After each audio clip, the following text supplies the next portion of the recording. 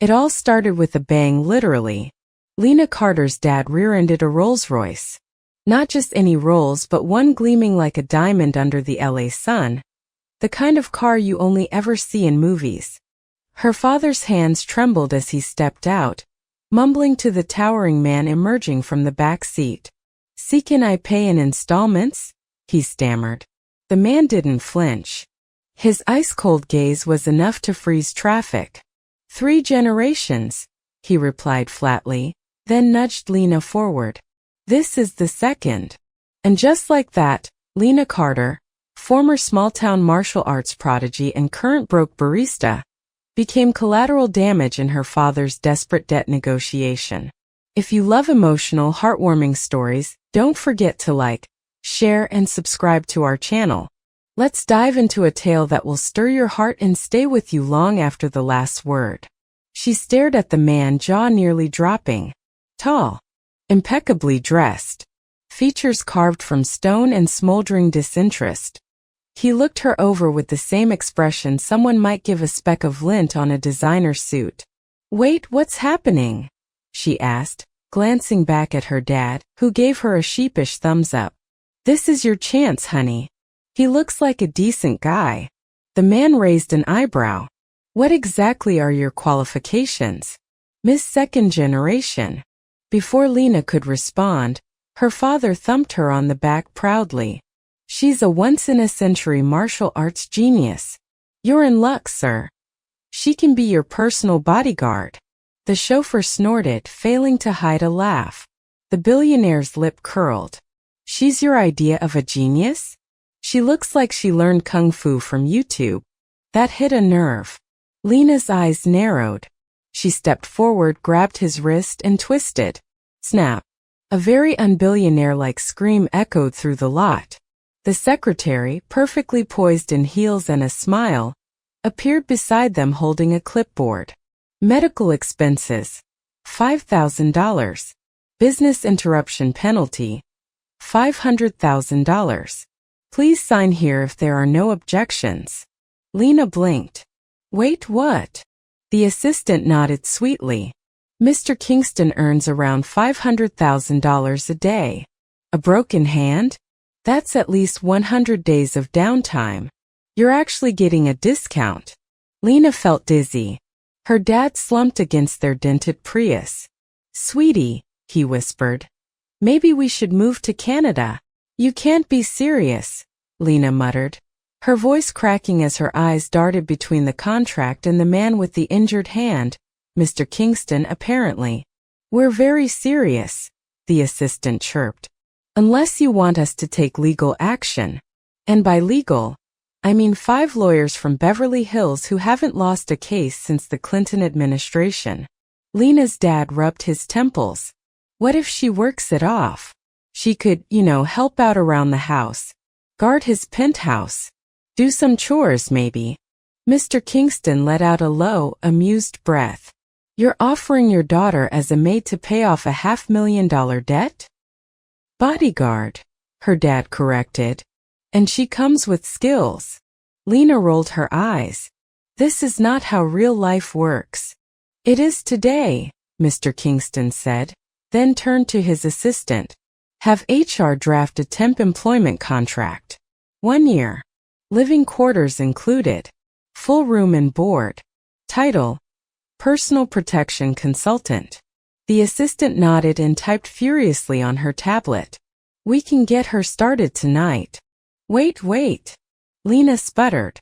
"You can't just throw me into some billionaire boot camp. You broke my hand. You insulted my kung fu.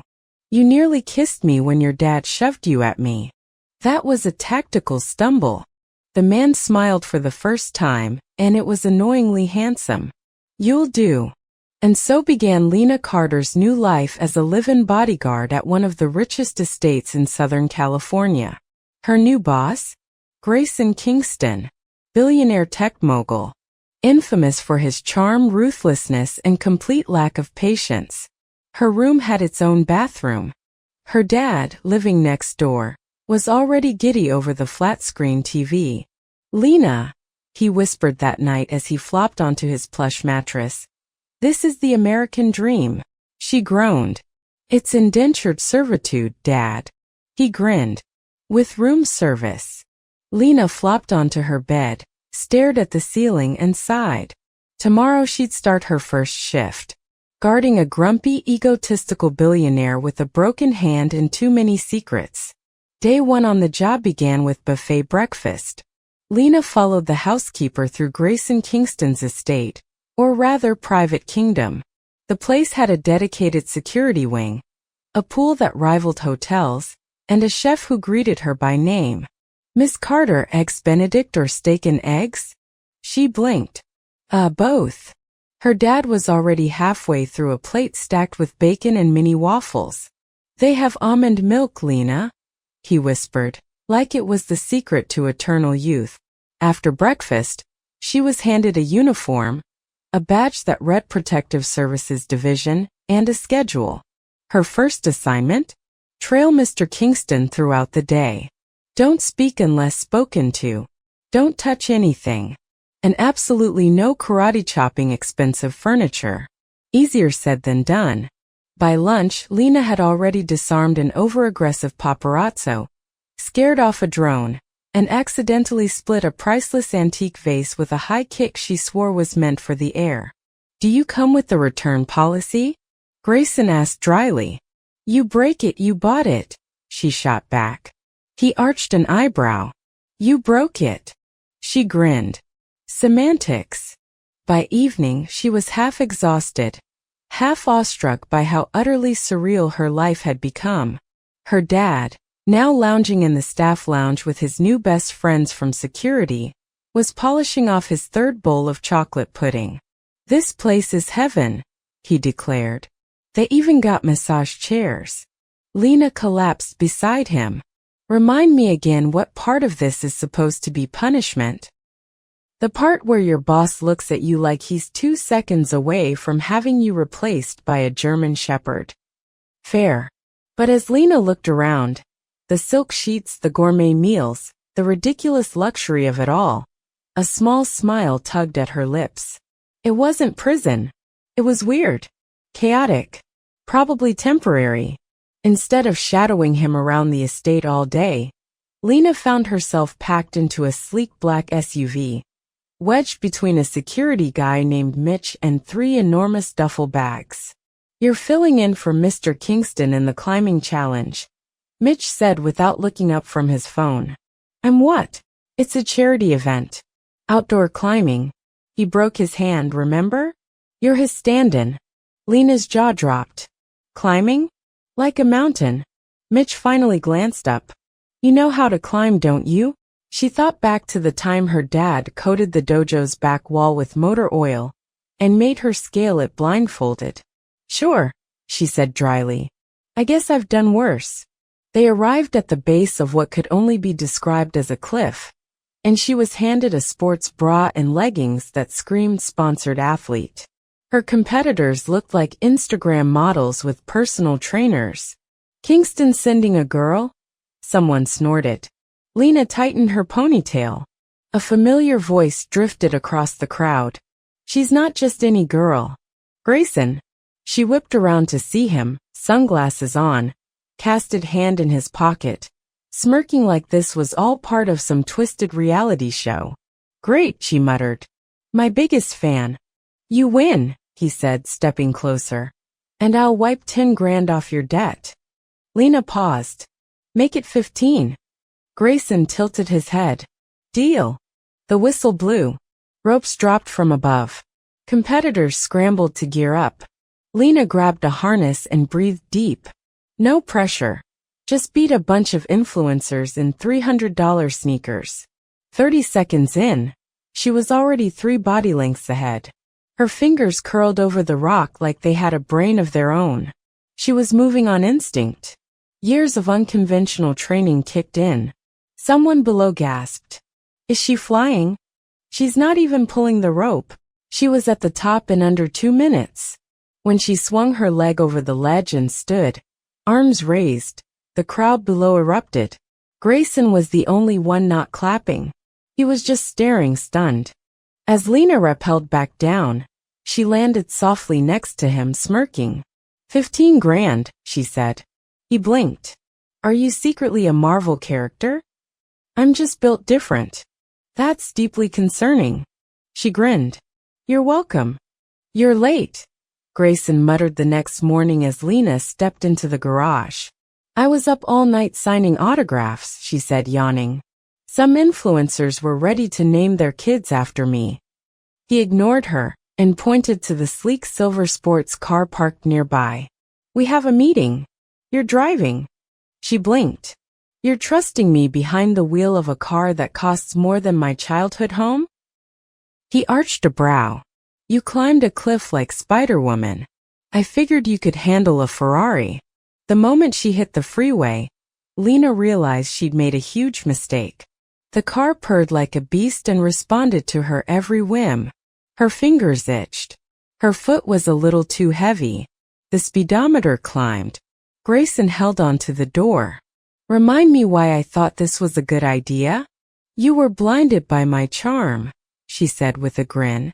They arrived at a private club in Beverly Hills. Inside was all polished wood, leather chairs and air thick with power and pretense.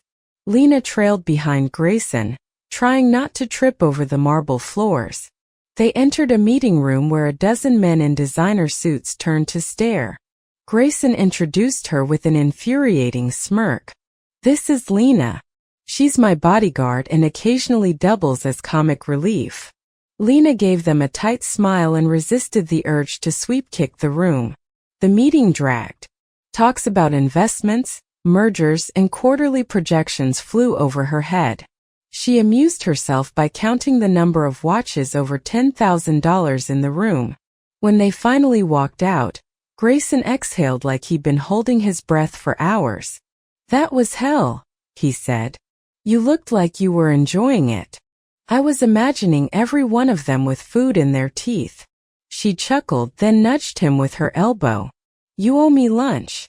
Hazard pay. He rolled his eyes but led her to a quiet sushi bar nearby. The moment they sat down, Lena's stomach growled loud enough to startle the waitress. Someone's hungry, Grayson noted. You made me sit through 3 hours of corporate mumbo-jumbo. I earned my weight in sashimi. As they ate, something odd happened. Grayson relaxed. He asked about her life before all this. She told him about her dad's obsession with martial arts. Her childhood spent scaling pine trees and punching sandbags. And he actually laughed.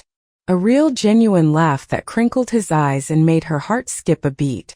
She stared at him, chopsticks frozen midair. What? He asked, amused. Nothing, she said quickly, stuffing a piece of salmon into her mouth to hide the warmth creeping up her neck. Lena was walking through the Kingston Estates grand hallway when she heard the unmistakable clack of Louboutins on marble. It was a sound that spelled drama. Lena, meet Savannah Lynn, Grayson said, appearing beside her like a magician conjuring mischief. She's an old acquaintance. Savannah was gorgeous. All legs, sharp cheekbones, and glossy hair. She looked Lena up and down like she was sizing up a suspicious-looking salad. Oh, Savannah said with a smile that didn't reach her eyes. So this is the legendary bodyguard. You're shorter than I imagined. Lena smiled back just as sweetly. And you're taller than your ego. That's impressive. Grayson coughed to hide his laugh. Savannah's lips tightened. I'm here to discuss a business proposal. Alone. Lena folded her arms. Funny. I don't remember alone being in the security protocols. It's fine, Grayson said quickly, giving Lena a look. Give us 10. Lena didn't move. Lena. She exhaled and walked away, but not far. She posted up in the hallway, arms crossed, eyes sharp. Savannah might have worn heels, but Lena knew where to strike to take someone down in 3 seconds flat. 10 minutes later, Savannah strutted out, perfume trailing like a warning. She's persistent, Grayson said when Lena rejoined him. Is that code for wants to marry you and rename the company after herself? He looked amused. You jealous? She scoffed. Of her? Please. I could bench press her. Grayson stepped closer. I don't want someone who walks in heels. I want someone who shows up when things get real. Who doesn't flinch. Who tells me the truth even when I hate it. She blinked. That's oddly specific. He leaned in, voice low. I want someone like you. Silence stretched between them like a held breath. Lena cleared her throat and stepped back. Well, good. Because you've got me. For work. And debt. And professional violence. Grayson smiled. Of course. The invitation arrived wrapped in silk and sealed with gold. Lena stared at the envelope like it might explode. What is this? Grayson looked up from his laptop. Charity gala. Black tie. You're coming. She blinked. As your bodyguard? Us, my daughter. Lena nearly choked on her coffee. I'm sorry, you're what? Grayson closed his laptop and stood, walking toward her with maddening calm. The security team will already be in place. It's a formal event, high profile. Having you at my side makes a statement. Yeah, that you've lost your mind. He smirked. Don't worry. We'll get you a dress. Lena was still sputtering when she was whisked away by Kingston's staff for what they called glam prep. 3 hours, 2 stylists, and one incredibly sparkly dress later, Lena barely recognized herself in the mirror. Whoa, her dad said when she came downstairs. You look like a Bond girl. More like a Bond girl with a concealed weapon, Lena muttered, checking for the mini stun baton hidden in her clutch. When Grayson saw her, he didn't say a word. He just stared. She shifted awkwardly. Say something. You clean up well, he said, voice low. Too well. I might have to fight people off tonight. You better not let Savannah see us, she teased. She might trip me down the stairs. Grayson offered his arm. Let's give her something to talk about. The gala was every bit as over the top as Lena had feared.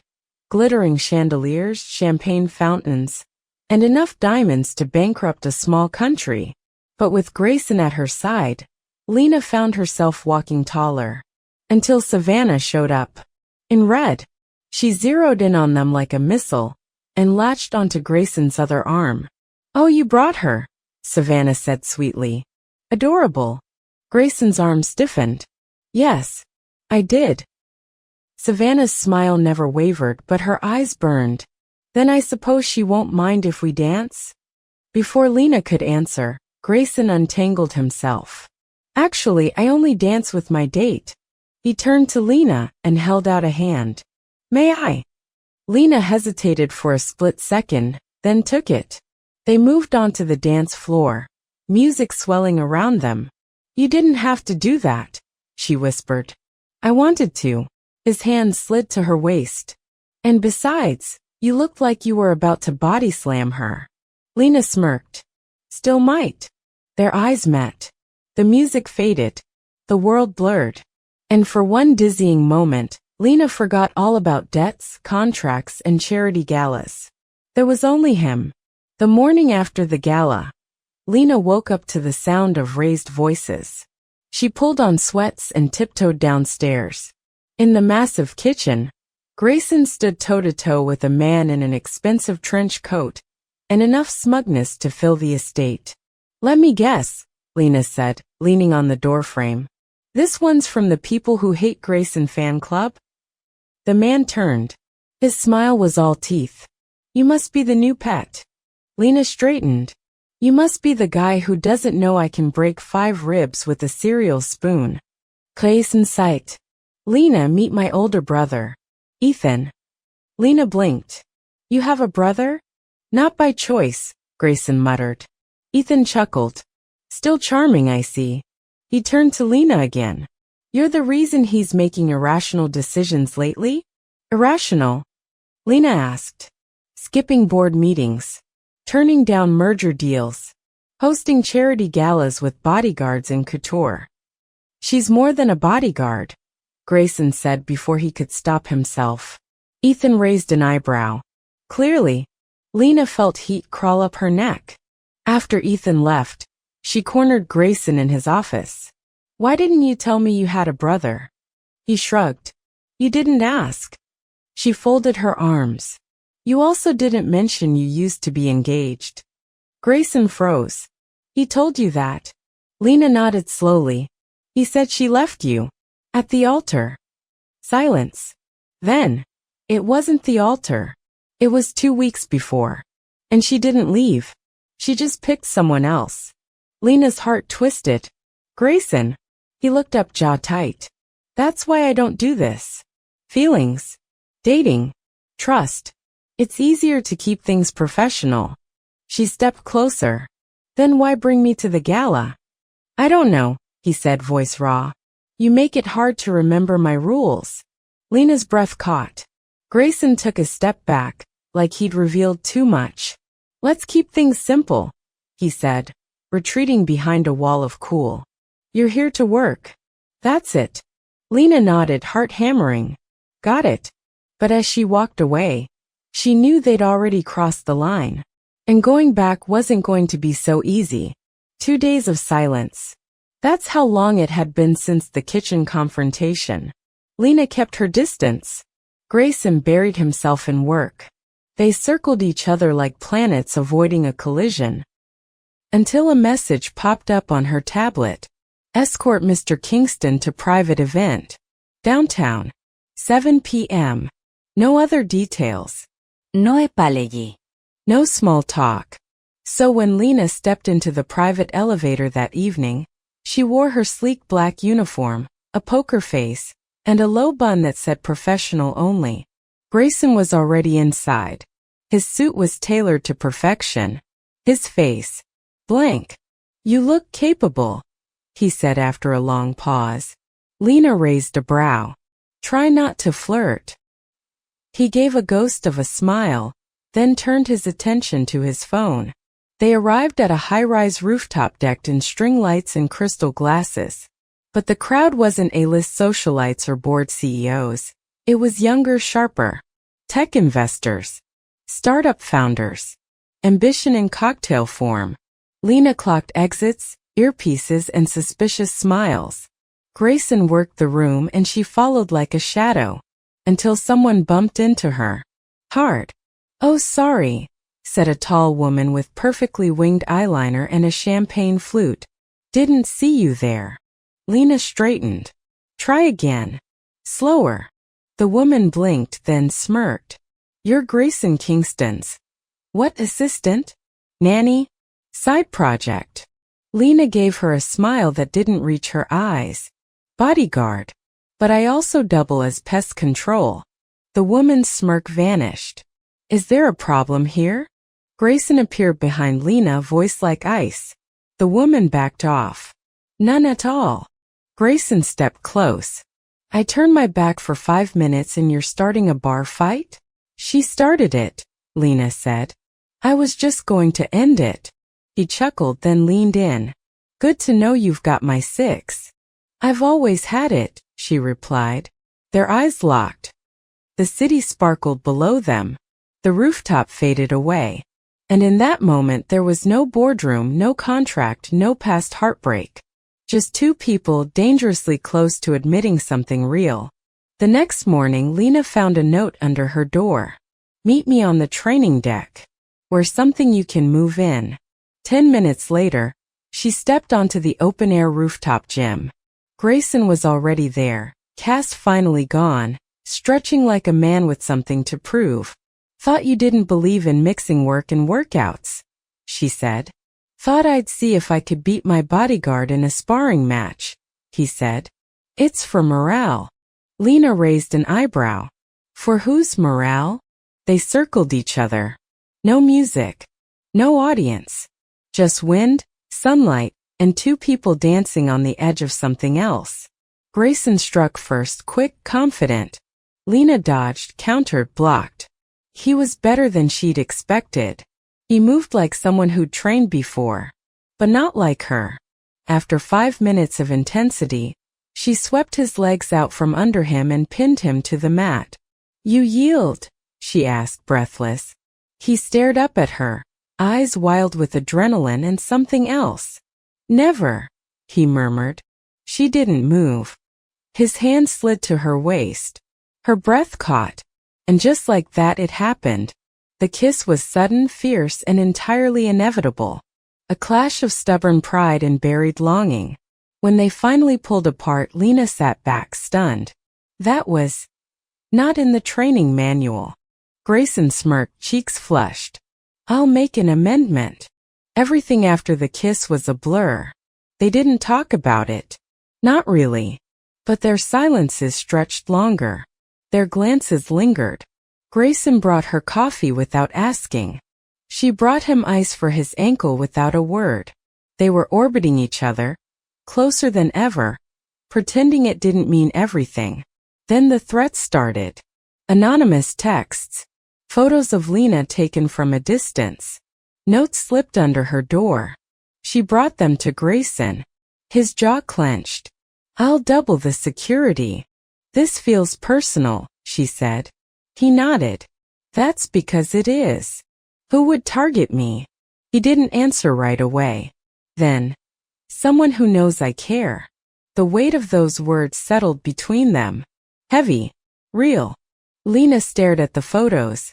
Grainy, zoomed-in shots of her at the gym, in the hallway, sipping coffee in the courtyard.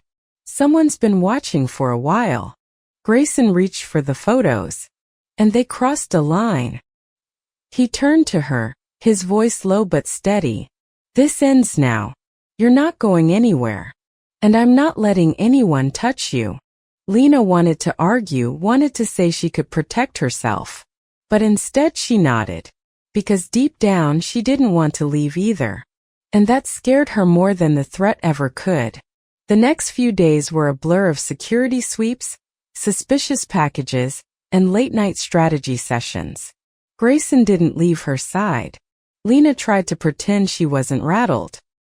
But when the estate's east gate was breached one night by an unmarked drone, she knew it was escalating. She tackled it mid-air. Literally. Knocked it from the sky like a swatting hawk. Grayson was there when she landed. You're insane, he breathed. You hired me. I kissed you. That too. He stepped forward, hands gentle but sure. Lena, I don't want to pretend anymore. She looked up at him, bruised, breathless, and still fiercely herself. Then don't. They kissed again. This time slower, deeper. Promise. The next morning, Grayson called a meeting with his head of security, legal, and tech. We find out who sent that drone, he said. I want names. I want motives. And I want leverage. Lena stood beside him, arms crossed, expression fierce. No one questioned why she was there. They were a unit now. Not just a boss and a bodyguard. Something more. And while the threats weren't over, neither were they. The threat was neutralized 3 days later. An ex-business rival. Petty. Dangerous. Caught thanks to Lena's swift fists and Grayson's money. Turns out he'd been planning the sabotage for months, watching, waiting. Until Lena became a target. That's when Grayson went from calm to ruthless. And Lena? She took down the guy's hired thug with a knee to the ribs and a taser disguised as lip gloss. With peace restored, Lena started thinking about the end. Debt repaid. Mission accomplished. Heart. Not so easy to walk away from. She stood on the balcony one evening, looking out over the city lights, feeling something tug inside her chest. Grayson joined her, silent for a moment. You thinking of leaving? He asked. She nodded slowly. That was the deal, wasn't it? He took her hand. Forget the deal. Stay. Not as an employee. As something else. Her heart thudded. Like what? She asked. He smiled. Something terrifying and beautiful. We'll figure it out. Lena grinned, laced her fingers through his. Okay. And just like that, the girl who came to pay a debt stayed for something that felt a whole lot like forever. Lena thought working for a billionaire had prepared her for chaos. But nothing prepared her for dinner with his mother. Grayson's mom, Eleanor Kingston, was all pearls, posture, and passive-aggressive praise. So this is the martial artist. Lena, she corrected, offering a firm handshake. Eleanor's smile was tight. You certainly look strong. Grayson cleared his throat. She's also smart. And loyal, Lena added. And good with chopsticks. Dinner was a symphony of silverware and sharp questions. Eleanor grilled Lena like a job candidate, education, background, family. By dessert, Lena was sweating more than she had after her rooftop fight with that drone. Eleanor sipped her tea.